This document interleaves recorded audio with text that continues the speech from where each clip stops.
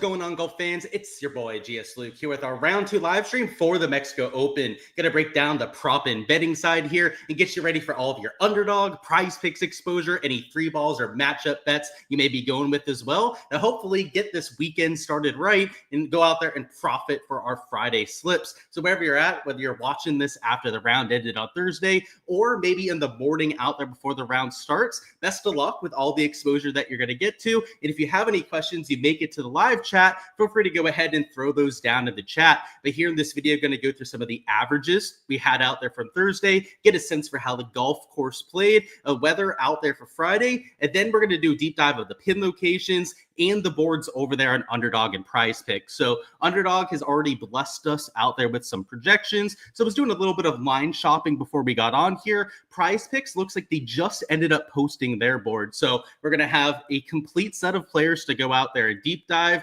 And yeah, wherever you guys are, whether you're in the United States, around the world, hopefully you're having a fantastic day. But in terms of the averages out there from Thursday, played 1.4 under par, which might be a little bit misleading because if you split it by AM versus PM wave, it played about 1 under par out there for the first half of the day and closer to 1.8 strokes under par for the PM wave. So believe it or not, the PM side was the side that played easier, which is the opposite of what most courses play to. Now, it's worth noting that of the top level players in this field, and I use that word lightly because even your top level guys are usually mid-tier at most tour events. Most of those players, though, were towards the PM wave. So though it played 0.8 strokes easier, part of that could have been the fact that you had elite tier players over there, but it wouldn't have been a whole almost stroke difference out there from wave to wave. So I think it's safe to say that the PM was the side that you wanted today, and a lot of that came down to temperatures because if you take a look at the observed winds over there from Thursday, they were higher over there in the PM hours, which is why it was so surprising to see that kind of scoring split. But that's what we got, and likely is going to be what we see out there for round 2 as well. Your birdie average, I'm not expecting to move all that much, at least conditions wise, as we'll see here in a minute. It looks almost a copy and paste of what we had for day number 1. So about 4.5 per round seems like a pretty good baseline. 2.75 bogeys or worse per round also feels like a pretty good baseline there. And this fairway and green regulation average also isn't going to move very much. Now, the one factor that I haven't really gone to account for yet would be those pin locations, which we're going to go through here on the live stream together. But before we do so, I do want to go through the weather over there for Friday, which looks just like what we had for today. So as previously mentioned, it'll be calm over there in the first half of the day. You get a little bit spicier as the day goes on, which is exactly what we ended up getting out there for round number 1, but it led to the PM wave playing easier. So don't fall into the trap of just thinking the AM wave is going to be easier. I think the reasoning for the PM wave being advantageous likely came down to temperatures. It went from about close to 60 degrees over there in the morning wave to closer to 80, 85 degrees in the afternoon, which at a golf course that has some real beefy par 4s, even some par 3s where you've got to hit long irons, it's especially helpful to have the ball flying a little bit further. And that's what you get when you have those warmer conditions. So pretty much the exact kind of scenario that we had for round number 1. Now, just for completion's sake, we'll go through some of the other models on here. GFS gets a little spicier in the afternoon, also warmer as the day goes on. ECM, that same kind of trend. And you can see at the bottom, they're maybe not calling for as much PM wind, but that same kind of temperature gradient that you had out there for Thursday. So conditions wise, I think it's to our advantage to have those similar type of conditions. But now let's try and make sense of these pin locations, which I don't believe they had them posted on the PGA Tour site, which I'm going to go ahead and actually double check on that real quick for you guys. Let me bring out the PGA Tour comms and see what we're working with. If we don't have the pin sheet posted, and look at that, it's just always posted as soon as I go live. It's like they know I'm going live and I need them to go through.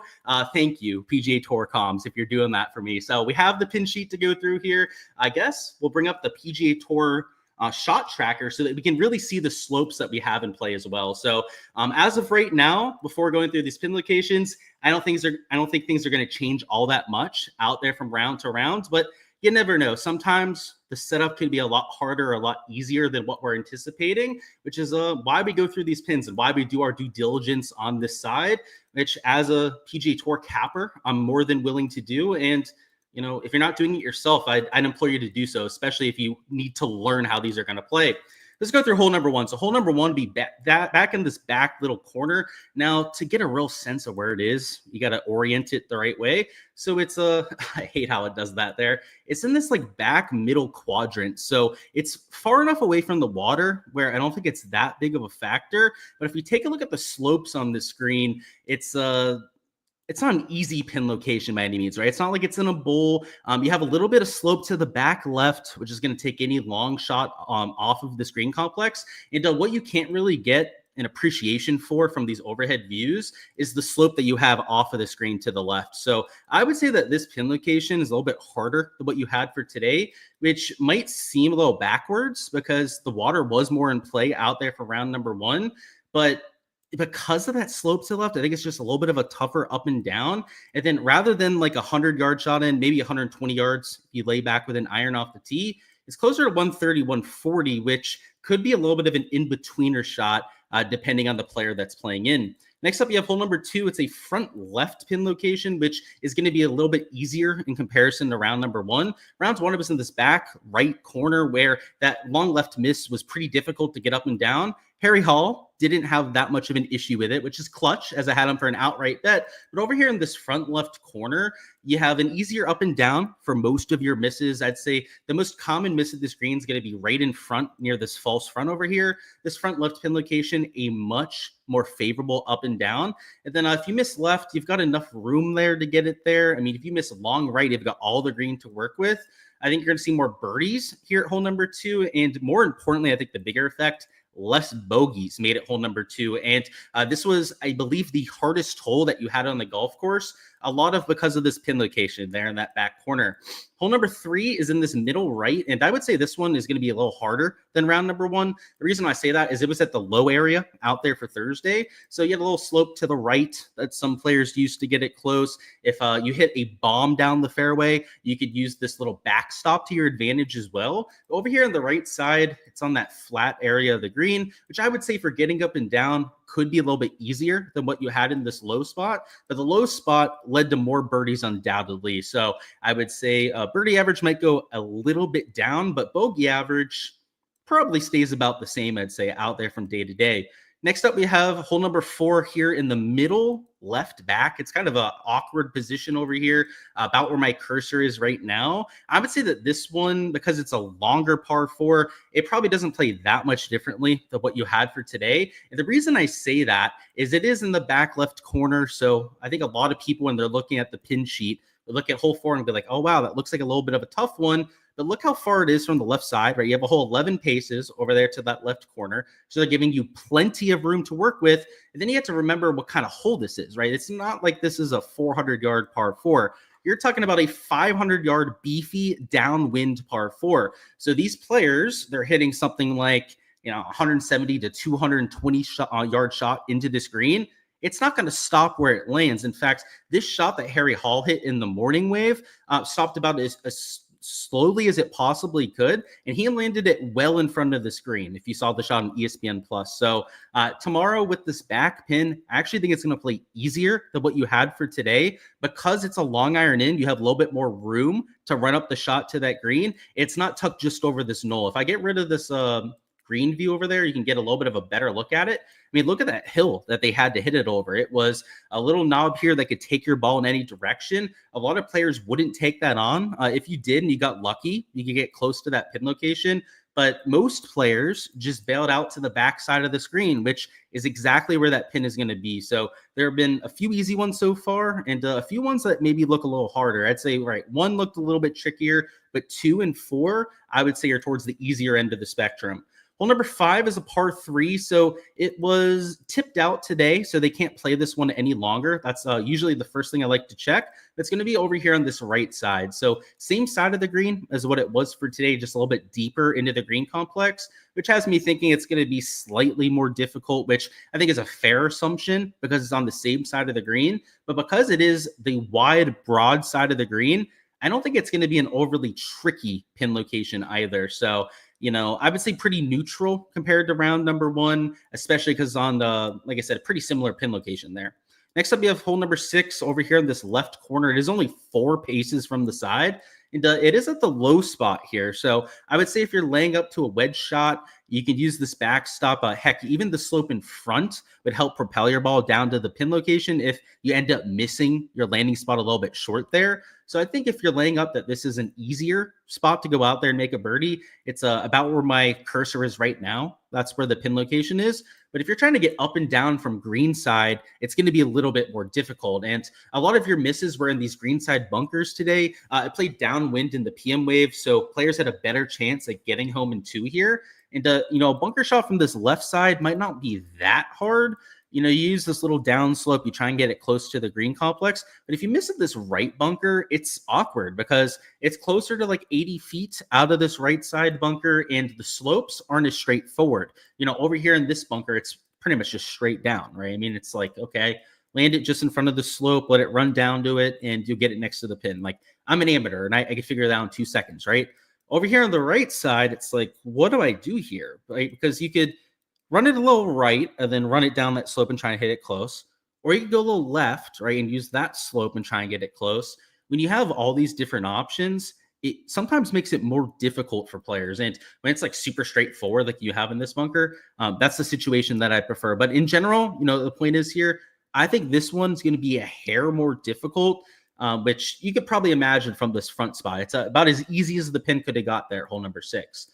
Hole 7 is going to be at this back little corner. This one looks tough on paper. It is a drivable par 4, so you might see a slightly lower birdie rate here, but it's still going to be one of the easiest holes that you have on the golf course. This is, a sub 300-yard par 4. Just to go back to the tee box and double check that. Yeah, they tipped it out there for today. So the scorecard yardage will be a little bit over 300 yards because it's towards the back section of this green. But, birdie average might go down like 0.05 per round. It's not going to change very much. So kind of like hole 6, maybe a hair more difficult, but you're still going to see a ton of birdies out there at 6 and 7. Hole 8 was one of the most difficult holes on property. In fact, in the afternoon wave, I think it was the most difficult hole just because of the wind direction. But over here in the front, it's not going to be as much of a daunting hole. It is tough to reach when it's playing into the wind. That's really where a lot of the difficulty came in today. But on this front side, if you happen to be short, it's just a little pitch and putt to get up and down. And then you also have this little bit of a slope throughout the green where if you run in a shot and it's coming in a little bit too hot, it could get stopped by that slope and keep you like 10, 15 feet from the hole. So you're going to see a lot more birdies, I'd say, here at hole number 8. But I think even more significantly, the bogey rate is going to go down quite a bit.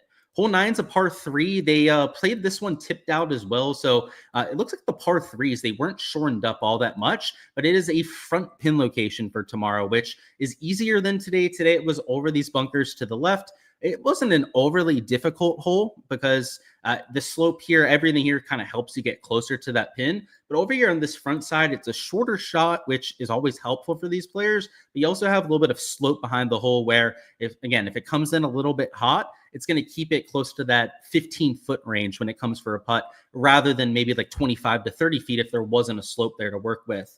Next up, you have hole number 10. Hole 10 is also one of the hardest holes out here, which it was an easy pin today over here on this front right corner. Now it's on the front left corner. So they're doing their best to keep the pace of play up. I think that'd be the main idea with using these easier pin locations. When they go to the back left, back right, this hole can play to like a 4.5 to 4.6 scoring average. When we're here on the front side, a lot of your bogeys, your doubles come because you hit the ball in the water off the tee. You can see over here, it's look at this. Harry Hall actually laid up short of the water and still got it pretty close to going in there. If you hit it in there, you're absolutely screwed. But to these front pin locations, if you don't hit it in the water, it's not nearly as hard as what you're going to see for Saturday, Sunday, and when they put it up on that back shelf. And when they do that, it's like a major championship kind of beefy par 4. Next up, you have hole number 11 over here on the right side. It does bring the water into play when you have it on the right side of the screen. So I know it doesn't look that steep there, but anything landing on that bank is going to end up in the water. And the pin location, you're going to see about the same amount of birdies as what you had for today. But, the X factor is going to be the people that end up overcompensating and hitting it in that water. Hole 12 is a back right pin location, so it's going to be a long par 5. It already played 642 yards today, and now they're going to be playing it to the back right corner. Now, we don't know what they're going to do with tee box. Maybe they move it up just because they're playing that back pin, who knows? They've done crazier things, but this back pin location, if they don't move it, is going to be a little bit harder than what you had for today. Reason I say that is you did have a few people that got it close to this green in two, and it wasn't an easy up and down. It was already pretty difficult to get it close to this pin right here. This back one is going to be an even harder up and down there. Hole 13 is a middle back pin location. I would say like middle left pin location, but it's not quite tucked the whole way over there on the left side. This one looks tricky because it's on top of this little slope that you have throughout the green. So there's been some easier pins so far, which is kind of surprising to me. I thought with the low scores, they might try and combat against that a little bit, but they did just hardly get all the play in today. So maybe they're trying to think about the pace of play a little bit, but this is one of the few holes where it actually does look a little bit more challenging. Hole 14 is a middle left pin. So this is going to be about the same length as what you had for today, and it's away from the water. So I would say that the up and down to this pin would be a little bit easier than what you had for today. 15 is a back, let me get a sip of water here, back left pin location. And the obvious difference here is the water in play to the left, and sip of the water was clutch. We needed that for my throat there. But this pin location over here, the birdie average not going to change very much. It's still, in practicality, the same shot that you had for today. There's no backstop to work with. It's just target practice with like a 150-yard shot in. But the penalty for missing left is exponentially higher, right? You miss left to this pin location towards the middle of the green, it's like a 25-footer for birdie. You miss 25 feet to the right, you have to get up and down for par, but it's not that difficult of a chip, right? Over here to this side, you miss right, it's the same 25-footer. Whatever, right? You miss left, bogey or even double or worse, right? Written all over that kind of score. So that's the difference with that pin. Now, same amount of birdies, I'd say, but more bogeys out there at hole 15. Hole 16's over here on this right side. This is one of those longer par fours that you have at this course. I would say that there's not a massive difference than what you had today. It's maybe a little harder, and I'll stress a little bit harder because a lot of misses to the screen will be just in front of it over here on this side. But if you're executing a shot into the fairway off the tee, it's pretty much the same second shot. It's just that I think your players that are missing off the tee here could be in a little bit more trouble, because if you miss right, you have to lay up in front of it. Like you can see here, right? You're not going to have a sight line out there to the pin. And if you miss left in this rough, I guess it depends on the lie that you get, but if you're missing short, which is usually what happens after you're hitting out of the rough, it is a slightly harder up and down, I would say. So yeah, this back nine, maybe they're setting it up a little bit harder than today, but yeah, the front nine makes up for that, I'd say so far. 17 is a front pin. This one's easier. Okay, we did not mean to give them the free ad revenue there. Whoops, let's not click on the CDW ad. But yeah, it's on the front side of the green here at hole number 17. So today it was middle left. It was getting awfully close to that bunker, and the bailout here is to the right side. So if the bailout's going to be to the right, away from the water and away from the bunker there, it's a shorter up and down to this front left corner, and I think you're going to see more birdies there as well because it's a shorter shot in. And then finally, 18's a par 5. It was, I think, the second easiest hole that you had on site. It's here in this back left corner, which I think you're going to see a lot more eagles too. But in terms of birdie percentage, it's not going to change very much. I mean, you already saw well over a 50% birdie rate at this hole in round number 1. The difference, and the reason why I say you're going to see more eagles here, is because you have the room to get it close. Today, just over this bunker, I mean, there was no chance to get it close to this hole, but with all this room now, right, you got the whole broad side of the green to try and get it close to this pin right here. You're going to have some people that hit it to 5 to 10 feet and that end up cashing out for an eagle. So, you know, some books that end up posting those eagle props, I would say that that pin is going to be pretty favorable for it. 12, you're not going to reach into, so let's not even worry about that. What is it? 14. Let's go back to that one. I think 14, you could see some eagles at. Like it's not super reachable in 2, but it is in that low area as we were looking at a little bit before. You can see over here to the left side. That's why I think you at least have some sort of potential to go out there and get to that. And what was the front 9 par 5? Can't remember off the top of my head. It's like 6, right? Yeah, 6. 6 was over here on this left side. I'm sorry, we already looked at that one. We're on the wrong side of things. Let's go to the back 9. It was 12, right? 12's the other one. Yeah, 600 yards. Yeah, maybe slightly higher eagle rate, but yeah, nothing crazy different than what we had for today. So going back to these averages, I think that they're going to be pretty accurate for what we have for tomorrow. Pins easier in some cases harder. It doesn't look like a moving day setup where they're trying to give these players a bone. Also, it doesn't look like a Sunday setup where they're trying to make things a whole lot more difficult. So this birdie average of 4.5, this bogey average around 2.75 per round. Pretty good barometers, I would say, out there for your exposure tomorrow. And the one thing I didn't mention off the bat that we're going to go over right now is remember, there's only 13 fairways at this golf course. So if you're looking at some of the fairway percentages, that kind of stuff over there in your analysis, remember that it's only 13 at this course as opposed to 14 at most of these other PGA Tour tracks, because there are 5 par 3s in play this week, which is a little bit unique out there around Vidanta, Vallarta. But yeah, green regulation average is pretty much always going to be based on the 18 greens that you have at a golf course. Where the wacky stuff comes in is sometimes over there with fairways. Let me refresh Underdog, get the entire board posted over there. And let's do the same thing on Prize Picks, get everything updated on that side. Now we're going to go through some exposure, which, by the way, this is going to be like our first full deep dive of the board. I've not had a full chance to take a look at these projections. So let's try and find some value out there for tomorrow. What's going on, Bill? Says, hey, Luke, if I had to compare my golf game to somebody on tour, who would it be? Well, I'm anywhere near as talented as a lot of the other players out there, but Jordan Spieth, that's why I like his game.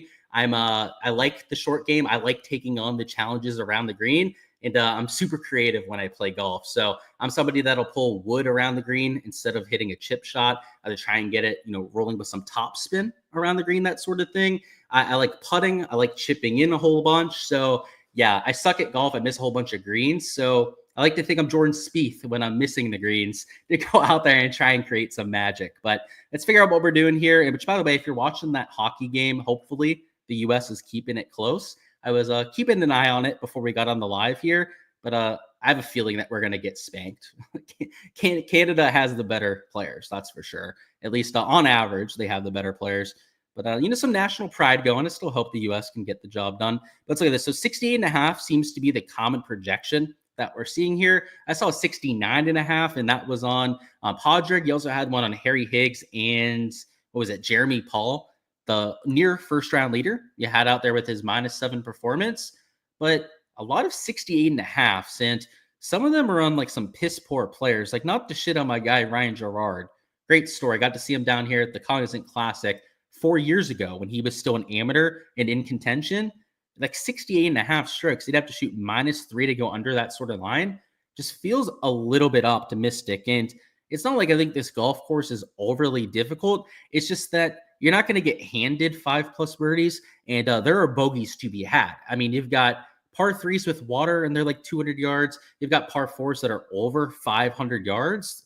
If you hit one bad shot on that hole, I mean, one bad approach shot, you could be short-sighted, absolutely dead. You get one bad drive, just have absolutely no chance of getting to a 500-yard par 4 and 2. It's conceivable to fade some of those guys at 68.5. So, I guess the one that really kind of stuck out, I guess, would have been a Ryan Gerard over here. But we'll have to see what the pricing looks like over here in Prize Picks, because they posted after Underdog. So a lot of times Underdog will just like copy and paste Prize Picks. They couldn't do that this time around because they went out there and actually posted first. So Potgieter, who, by the way, I bet this week, loved the round that he posted today. They're at 68.5 strokes. Guys like Hostler at that same kind of number. Players that have a little bit more merit, in my opinion, than a player like a Ryan Gerard. And while we don't have like an actual line for comparison over there on Ryan, like players of his caliber would be like a Joel Damon, I would say.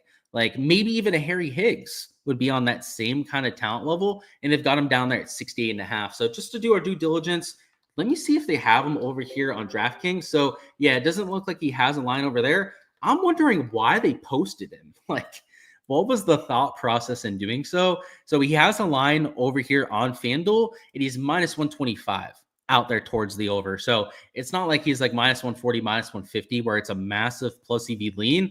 But when the sports book is leaning in that direction, and I was looking at it as a potential value, might not be the worst idea to go out there and mix in. But as I said, I do want to take a look at what they have over here in Prize Picks. It does look like they do have some players at 69.5. So Paul, he was on the other site, but also guys like Celinda, Brian Campbell, who were some of the surprise guys that we had towards the top. And then for birdies, I didn't get a full chance to look at the birdie board over here. I saw that they had guys like Aaron Rai at 4.5 birdies, but like Eric Van Rooyen's at 4.5, and Bo Hossler they have at 4.5 birdies. Let's see what they have over here in Prize Picks, because someone tells me that they're not going to have those kind of players posted. So yeah, so 5 birdies on guys like Erasmus or Kurt Kitayama, also on guys like a Harry Hall, Jake Knapp. And then the 4.5s, they do have some posted, but they're lower tier players. Like Francesco Molinari would be a great example of that, right? He's not anywhere close to some of those top tier players. If I was going to bet anything right now, I feel like that Ryan Gerard fade, I feel pretty good about, but there's some overs on birdies over here on the underdog side that look to be some pretty solid value. So just kind of going through these at a first glance, Bo Hossler sticks out. Like, he's a good birdie percentage player. He has a decent track record around here too. His first ever start, he had that top 10 finish. Now his first round today, right, that was not great. What, he shot like even par or something like that. But he's at the field birdie average, and he makes a lot more birdies than your PGA Tour average player. Let's see who else. So they got guys like Potgieter on there, Taylor Moore, Patrick Rogers. Like, these sort of players, Eric Van Rooyen, I know I was looking at him a little bit earlier. I don't think they should be at 4.5 birdies. And let me see. I don't think nothing posted on Fanduel yet when it comes to the birdie or better lines. But if we go over here to Caesars and go to the birdie or better category, let me see what they have for these elite tier players. So you can see an Akshi's at 5.5, and he's even money. Steven Yeager's at 5.5, and he's minus 130 under. So yeah, Batia's there at 5.5, but no Yeager line posted. That's what I wanted to double check on. But let me check on some of those, like, I hate to call them lower tier players, but like, look at Aldrich here, right? He's at 5.5, and he's minus 125 under. Like, at 4.5, you'd have to think that he'd be juiced pretty heavily towards the over if he'd only be minus 125 for the under right there. So yeah, if I was going to go through anything here, Potgieter definitely has to be in consideration. If we're trying to keep it to players that at least have some sort of form today, it'd probably be guys like Potgieter, Rogers, and then Eric Van Rooyen. Let's do a double check on the shots gained metrics. So just to check this, so Ryan Gerard, he did shoot -5 today. Wow, he played a lot better than I thought he did, but he carried his game with the putter. So if there's going to be any sort of shots gained profile to go out there and fade, it would be somebody that is super putting heavy like you had there with Ryan. But I want to double check on Potgieter, Rogers, and Eric Van Rooyen. I know Potgieter had a really good ball striking day, so this is just more so to show you guys how he played. He gained about 3 strokes out there between his off the tee and on approach. So get Eric Van Rooyen. Eric Van Rooyen lost off the tee, but did gain in the other 3 categories. And then Patrick Rogers was the last one we wanted to go through. So good old P-Rod, who, by the way, had a fantastic week last week, continued the momentum out here into this event where he gained off the tee and approach, in fact, across all 4 stat categories. So, Potgieter, Rogers, they had absolutely lights out rounds. So they're probably the 2 that have the best value here. P-Rod, I don't think he had a line over here on the books. So yeah, nothing to compare to in terms of birdies or better. So if we're trying to stick to, props that we kind of know are value here, it would be these top 2. Now, when I want to double check are some comps on a player like Ryan Gerard to see where the books have this thing posted. So like, Ben Griffin's a much better player than Ryan Gerard. Same thing with Aaron Rai. No one would contest that.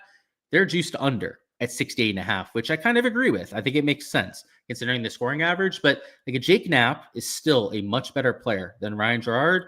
He's closer to even money at that sort of number. Now, I want to find somebody like a Christopher Ventura. I actually think that he's a really good comp out there for a Ryan Gerard. He is -145 for his over. A Harry Hall is even money at about 68.5. That you're talking about a player that was in the top 5 of the outright betting odds for this week. So even though we don't have an exact line for comparison, I know he was 125 over there on the FanDuel side. If he was on Draftkings, at least based on their pricing, he'd have to be at least -130 for the over, if not even like -135 to -140 compared to some of the other players. So we'll call that one value, at least to where it should be. And then the Potgieter one, right, is at 5.5 and just juiced a little bit under there. So that pays 3.24x if you go out there and mix that in. They're both AM wave players, which I know I said it might play a little harder in the morning. So maybe that helps us out a little bit with the Ryan Gerard fade. But in terms of your birdies are better being made, it might be like a 0.2, 0.3 birdie difference. So it's not going to make that big of a difference. And it's still quote unquote plus EV value compared to some of the other books out there. So that was an interesting one to find. I wish we had some of these birdie or better lines posted over here on Prize Picks, because those are value. And even looking at the rest of this board, like if they have guys like Pot Guider at 5.5 and even money, players like a Nikolai Højgaard should probably be at 5.5 birdies too. Like even a Harry Hall, we saw was about even money there at 5.5 birdies.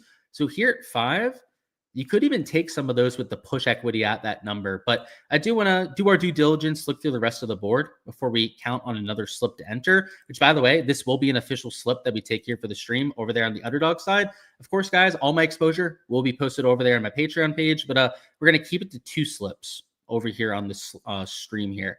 So let's look at fairways. Average today, just to refresh our memory, 8.83 per round, which was higher than what we had last year. So went up a little bit, which I don't know. It could have been variance. It could be the fact that it's a little bit softer on the fairways. Who knows? We'll have to see after we get a few more rounds, but it's pretty much the same exact board that they had from round number 1. They had, I believe, all 8 of these players also posted and at the same exact projections that they currently have. Now, if we go over here to the Caesars side, they do have a fairways board posted. Jaeger is minus 170 for his over 8.5. That is, I don't know if I agree with that, but that is crazy plus EV value, right? If we're just reading based off what the books have here, Jaeger here 8.5 would be somebody that you have to look at for an over. The added caveat here, though, is that Jaeger isn't always the most accurate driver of the golf ball. So you can see over here that he hit 61% of his fairways today, which I believe means, I think that means he hit 7 of his 13. Let's do some quick math over here on the calculator. I believe that's correct, but I don't want to look like a fool over here. So yeah, nope. Is it 8 of his 13 that he hit? So yeah, it's 8 of his 13 that he ended up hitting today. So he went under that line, under 8.5 fairways, and they're saying he's minus 170 for the over. See, this is why you have to vet the plus EV value, because these sports books aren't always right. If you want to take a look at some of the stats out there in Jaeger, by the way, which we'll do. Let me actually just bring up the PGA Tour site, and then I'll reshare this so you guys can see. Steven Jaeger is far from an elite tier accuracy guy. Like, if anything, I'd call him inaccurate compared to a lot of other players out there on the PGA Tour. So going over here to the off the tee tab, let's bring up driving accuracy percentage. And now we're going to go back to 2024 just because the 2025 sample size isn't quite big enough yet. But if you take a look at all of last year, so this gives us a really good sense for how players stack up.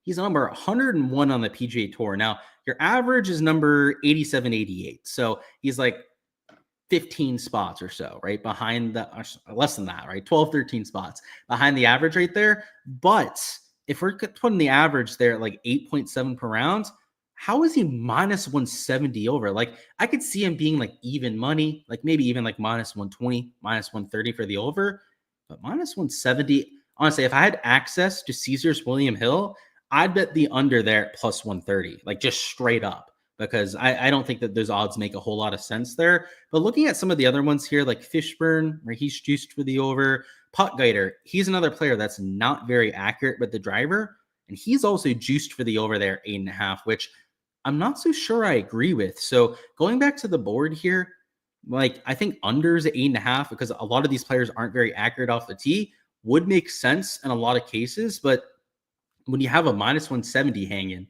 on a guy like a Steven Jaeger, like you're not going to bet him on a site like Prize Picks here, where you're getting like that minus 120, minus 130 implied odds, where on a book like Caesars over here, you can get plus 130 for just him straight up. Like it would be highway robbery to go out there and play it on that sort of site. So we're going to stay away from the fairway board after going through that kind of stuff. But if you have access to Caesars William Hill, you might want to look into that under on Jaeger. That in particular kind of stuck out.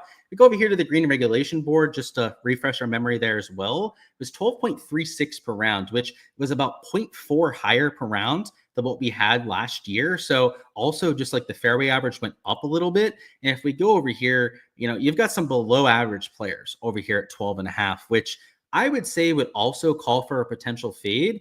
But like a Fishburne, on the other hand, he's a really good green regulation player. So he actually might be a player that you'd take for the over. So I think that this is an interesting board that we have here.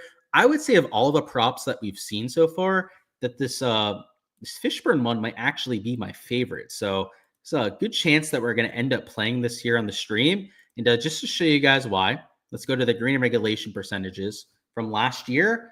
Number one on the PG Tour was not Scotty Scheffler in a category, which is already surprising on its own. But yeah, look at that. Fishburne, number one out of every single player in terms of green and regulation percentage. So keep clicking on his name. I guess that's a sign to go out there and play him. But yeah, let's take that over. That'll be one of the slips that we go out here and take together.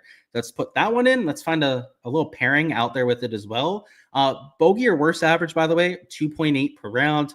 I don't think that is going to change very much, which means that your par or better average is about 15.25 per round. So these sort of players, if you're going to take like their under on pars or better, go out there and fade them, they'd have to have just a slightly worse than average round, which for Ventura, I don't know if I would take. He's actually been pretty good here in 2025.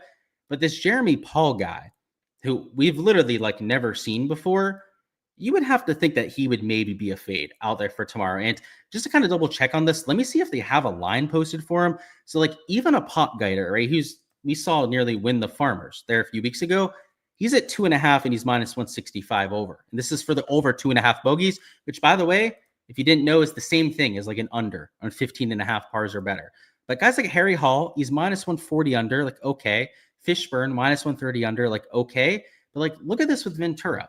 Minus 130 for the over. Like, so if we took his under at 15.5, that would be pretty close to a plus EV lean. But this Jeremy Paul guy, I hate to pick on him, but who the hell is Jeremy Paul? Like, why is this guy getting so much respect out here from these books? Shots gained metrics looked great today. I mean, look at this, right? Gained 3 strokes over there on approach. But who is this guy? So he withdrew from Q School. Over there at the Sony Open, he lost on approach, gained off the tee, made the cut. Same thing at the Amex, was also able to go out there and make the cut. But, I mean, he hasn't done better than finishing 45th. Right? He has a missed cut. He withdrew out there from Q School. Like, I hate to be a hater and fade on the guy, especially after he went so low out there in round number 1, but it kind of feels like a good spot to get to. And I do want to double check on Fishburne. So let's go back to the tournament tab over here, which by the way, guys, bet the number, great resource to have out there for all this prop stuff. So if you're signing up, use code Gsluke. Not even if you're signing up for a membership, but they also have a free trial over there if you use code Gsluke. So even if you guys just want to try this out there for tomorrow's slate, make sure to use that code when you're doing that. But yeah, Jeremy Paul. Well, I'm going to look at Fishburne here as well. The Paul fade I feel pretty good about, but Fishburne today, he gained out there with his approach play. And how many greens is that? I believe that's 14 that he ended up hitting, but let me confirm that. Oh, incorrect. Why is it not working? All right, so yeah, he hit 14 of his 18 greens. That might be the slip that we have to go with over there. Let me just do one last double check of the board to make sure there's nothing else that's sticking out like a sore thumb. These 4.5 birdies, I wish they were better players that they had posted at that sort of number. To go back to the strokes board, we didn't go completely through that when we were going through it before, but like these 68.5, so let me see if they have Højgaard posted. I don't think they do. Okay, so yeah, no Nico posted. Let's see if they have Hostler up. No Bo Hostler props posted. So we can't see if those are like plus EV values. If they were, those would also be prime candidates to go out there and take. But yeah, for the sake of prize picks, this will be the slip that we go out there and take together. So this pays 3x over here as opposed to 3.25x like we got over there in Underdog. But we also don't have access to things like green and regulation over there on the Underdog side, or pars are better for that matter over there as well. So that's why I'm okay with still taking it for just a 3x payout, even though it's anti-correlated and those kind of slips pay a little bit higher over there on the Underdog side. So that's usually what I like to do, right? Any just like regular anti-correlated slip, I always enter it on Underdog just for the payout. And if you're going to do that sort of thing, you do it on Prize Picks with the other categories because it's the only site that you actually have access to those kind of props. So let me see if there's any last second questions. You pay attention to hockey at all? This Canada-US game is electric.